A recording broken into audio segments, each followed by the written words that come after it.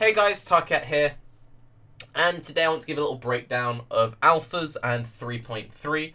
So Chris made a very nice little post here. We kind of outlined some of the things coming in 3.3. There will be the skill reworks, the whole trap rebalance alongside new trap skills.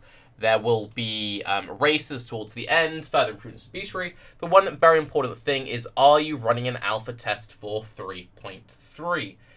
Now, we had a big discussion on the stream, since people were like, oh, alpha, that's really easy, blah, blah, blah, blah, blah. Well, alpha testing is a pretty troubling thing when it comes to path effects. I kind of want to explain why. And in here, I might be able to offer one or two interesting suggestions, or just kind of help flesh out the discussion a bit, because it's not just a case of we will get more testers. So, here are kind of like the breakdown that I came up with.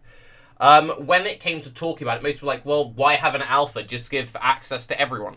If you give access to everyone, you kill hype. The alpha then just becomes the main game. This completely destroys the economy and the player base of whatever the current league is. One of the main reasons we don't have more frequent races and race systems is its impact on the core league. And yeah, people are like, oh, we don't want to have this because it impacts the main league, but then you want an alpha. That doesn't really work hand in hand. It's also pretty confusing for newer players or people watching Path of Exile. If you're trying to get into PoE and you're watching the alpha content, it may not seem like a very important thing, but this is actually pretty crucial when it comes to advertising. Also, when everyone has access, the feedback is very rarely given. It's like a 0.1% of people even bother doing it. And then you end up with a much higher chance of something like player burnout. So if everyone has had access to an alpha, it's not really an alpha, but let's say you give access to everyone, everyone's played around with it for a few weeks or a month even, it kills sort of the initial hype, and then when the stuff finally launches, well, you've already kind of experienced it for a month, so, you know, it can be quite dangerous when it comes to burnout. So then you say, okay, well, scrap that idea, just hire more testers. You already have some, just hire more testers from outside of the community. PoE is nearly impossible to just learn in a short period of time. The 1K hour meme is a bit of a meme, but you can't just be like, hi, Mr. Professional Game Tester, this is Path of Exile. Test. When it comes to stuff like Elder Ring and fully sextant blocking and whatever, you could be a very experienced player. Myself, you know, I've played Path of Exile for a really long time. It would have taken me a pretty long time to go, oh, hang on, you can do this Elder Ring thing. I probably may not even worked that out at all. And there are a lot of people who've been playing the game for a really long time who would not work that sort of stuff out. There are always the carves of the world, but the idea of just hiring people out who've never, you know, played it for a long period of time, it's kind of unlikely that you're going to instantly hire 100 people who are ultimate glowy brain boys. Now, GGG could and should focus on building and hiring a full-time, experienced, permanent tester team of a much larger number than they currently have.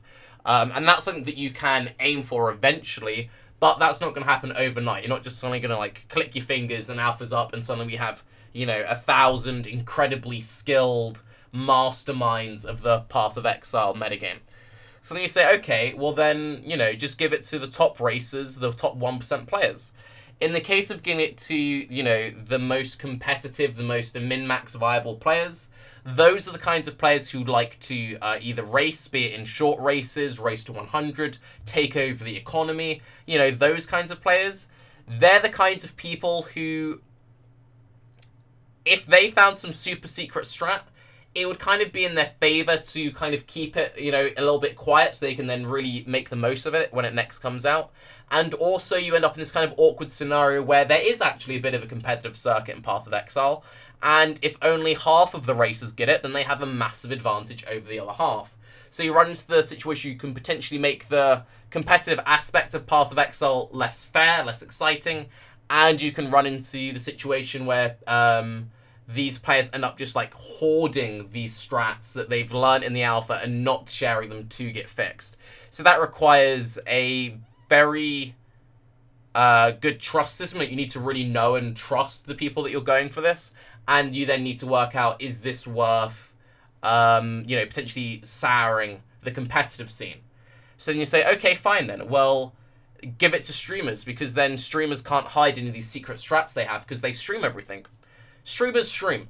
Most alphas are under NDA, and if you do a non-NDA alpha, this goes back into problem 1, where it kind of ruins hype and can lead to player burnout, both for the streamers themselves and the viewers of the streams. So then you say, okay, well then what you do, Tarke, is you give it to the streamers, but then the streamers can't stream it, and you make it under a very strict NDA. Well, streamers like to do this thing called streaming. If you're under an NDA and you're a streamer, you can't stream anything that you're doing while you're testing. So this means that you either need to stop streaming completely to test, or you need to kind of half-arse the testing alongside your stream schedule. So this leads to either 0 or very limited testing, and it happens at the detriment to the streamer. They lose out on views, subs, content, etc. If I take 1 day off and I'm not feeling very well, I actually lose quite a lot. And I'm someone who doesn't do this professionally. If you were to talk to someone like Ziz and say, hey, Ziz, you can't stream for a week, that's not going to happen. Hey, Rise, do you mind taking a week off streaming to test this stuff? It's not really going to happen. Yes, streamers can always test off stream, and some do, but then you have the situation that you can't really fully commit to the testing, and their feedback isn't going to be the best. And then you say, it's fine. We have Uber. We have Carve. They'll work it out. Uber and Carve are Uber and Carve. The problem with Uber and Carve is they're only 2 people. And also they come from the game from a very similar point of view, and they mostly play SSF. So while they are 2 very smart people, they're very similar people who play the game in very similar ways, and they're unlikely to, you know, work everything out between them, because you need a wide mix of people from different playstyles. You need the kind of people who look at it like, I play this very specific, very niche alleyway of builds, I play these kinds of builds, I do lab, I do this, where can we find the potential exploits, where can we find the potential holes in the new systems? You need to have a wide breadth of play. You can't just have the one type of player. And on that note, the softcore versus hardcore balance is a very important and very difficult aspect of Path of Exile, and with very limited beta testing or alpha testing, it's very difficult to correctly balance content gating, drop rates, density, damage, etc. with a very limited sample size and level of player skill. If you're taking some of the best solo self-found hardcore players in the game and saying, can you get through this content okay, is very different to the average softcore player. Or if you take the average softcore boss killer and say, is this boss appropriate compared to this hardcore guy? The softcore guy might be able to cheese the boss every single time, but you'll have to use one portal. Whereas the hardcore guy might not be able to get past one specific phase. So again, you need to have a wide breadth of player when it comes to the softcore versus hardcore divide, and you do need to balance around both game modes appropriately. And then from this, you end up in the actual problem with the core GGG release schedule. So with the current 3-month cycle, GG are notorious for being very late and working to the absolute final deadline. When you're working so close to deadlines like that, doing alphas is pretty difficult, because you might have a month of testing, you might have all the testing, but if the final thing only gets in a day before the servers go live, you haven't got the time to test it. You know, case in point with the last second change to the net mechanic in Bestiary, which was the, we have this one potential problem with stunning mobs. I know we'll have it where it instantly checks the net capture, and that's where we had the problem where you had to get mobs to less than 10% health to capture them, and anyone who played a Cull build just couldn't play the game. So not only does there need to be some rethinking and some changing of how the testing itself works, the release schedule is very, very important, and that is a core thing which needs to be stressed. And then you say, but Tarke, other games do it. This argument came up a lot today. So most games aren't Path of Exile. Grinding Gear Games is a very different developer to most other developers.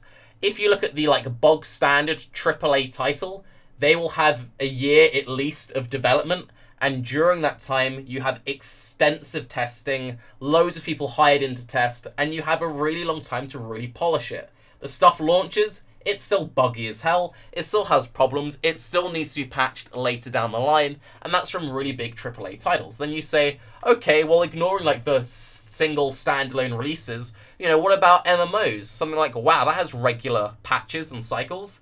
Well, not really, because, you know, if you look at something like WoW or most MMOs, you get, like, a content update every, like, 4 to 8 months. And again, massive dev teams, massive testings, through alphas, through PTRs. It's all fairly open. And, you know, that's very different to every 3 months we're going to release a new league. We have a new league which needs to be tested. We have new skills which need to be tested, skill reworks, potentially expansion stuff on top of there. You know, it's a very different kind of release schedule, very different kind of content, and obviously a very different kind of company. So you kind of do have to look at Path of Exile somewhat uniquely, although obviously, you know, you can learn from other companies, kind of have, this is the one development team which works purely on rebalancing, this one always works on the new stuff, and having that, like, rotating schedule that a lot of companies use. And then to backtrack to the kind of, like, well, what sort of testers do we use? Well, we won't use racers, we won't use people from outside the game, we won't use streamers. Just take, like, decent players from the top, like, 5 to 15% of ladders who aren't names, you know. That way they're just, like, good, experienced, average players. They'll give us the nice feedback, and, you know, there's no potential problem with ruining the viewer experience, the streamer experience, or the competitive scene. Well, just the average, pretty good player isn't that experienced or well-versed at giving constructive feedback. I'm not that experienced at it. I'm still learning, and I've been making videos, and it's kind of my thing to sit and kind of give feedback. It takes a lot of time to learn how to give feedback succinctly and clearly, be it through videos, be it through posts. You then have the issue that if you're getting feedback from just average players out there, how good is their language skills? Most of the feedback will be written. If you have bad English, you can quite easily still make a video, but if you're, you know, Spanish or... I don't know why Spanish was first thing, but if you're from whatever country and your English isn't that great, you know, that is actually kind of an issue when it comes to picking testers. And then you can't guarantee that the random player you've picked off ladder, who's the average player, doesn't just play the same build. A lot of people just play one build. It's like, I just play wands. I just play Wanda every league. I just play Flicker Strike every league. I just play Spectres every league. Having one dude who only plays Spectres testing new content, that might be great, but he's not going to be able to give you much feedback outside of, yes, Spectres work or Spectres don't work this league. You also have the potential issue that just the average decent player who's got a lot of hours under their belt, they may not be the that's the language. They may not be innovative players. They may not innovate. They may not make their own builds. They may not make the meta. They may not make the Elder Rings. The kinds of players who are most likely to break that sort of stuff are kind of the 0.1% style of player. Someone who's got 100 hours under their belt probably isn't going to work out, if I do sextant blocking and I do this particular shenanigans with stacking max res, I can face tank this boss and easy bontent. So again, it's like you can use these kinds of players, and if you mostly go for just like the decent experienced-ish player, you need a lot more of them to make up for the fact they might have quite narrow feedback, and their feedback may not be the best. And finally, if you're just getting randoms, you can't really trust that they will respect an NDA. At least when it comes to the competitive racers or the streamers, if you say there's an NDA, you can't leak stuff, they kind of can't leak stuff, because if they do, you know, you just go, all right, blacklisted, that's it, and they've kind of tarnished their reputation. If you're just Bob from Argentina might be a great dude, but he might like that Reddit card, but he might be like, sod it, I'm just going to leak this stuff, who cares? You know? So this can lead to more leaks, and if you have more leaks, back to square one, kills hype leads to player burnout. So then you say, alright Tarke, well this is all whatever, the current system is fine, there's nothing wrong with the current system. Well, there is something wrong with the current system. A lot of people said, Tarke, you know, testing's fine, they don't need to change anything. Nearly every league launches in a bad state, and then it gets fixed later on. I made a video about that very point for Beastroy. I like Beastroy League. Most people are done with this league. Most people hate this league because they had a bad experience at the start. Even though the league currently feels good, because they had a bad experience at the start, they've stopped playing or they've just stopped caring. Leagues always being bad for the first month, while it's something that I've grown to expect from Path of Exile, isn't something that you want from Path of Exile. You want the new content to be good. You want it to work. You want it to feel smooth. You don't want players to come in, get bored of it and just write off the league. And Chris has personally said they messed up. It's not acceptable. There has to be change. So GGG thinks there has to be change. A lot of the player base want change. So they can't just keep it exactly the same as is. So yes. Does anyone have any OP glowy suggestions on how to fix the alpha testing conundrum? How would you like to see testing done in Path of Exile going forward? I just thought I'd throw that video out there because it might just, you know, give you some idea of what's kind of going on. And I find it quite interesting as just the content creator, someone who kind of is like, huh, we have the patch notes. I read the patch notes, give feedback, see what GGG does. It's always interesting how that dynamic changes. And finally, Bex, if you're watching, if you've got any of them spare alpha keys, Ziz wanted to ask, so ban him from the list and give me his one. So yeah, I'm Tarke. That's alpha, by the way. Have a good day. Bye-bye.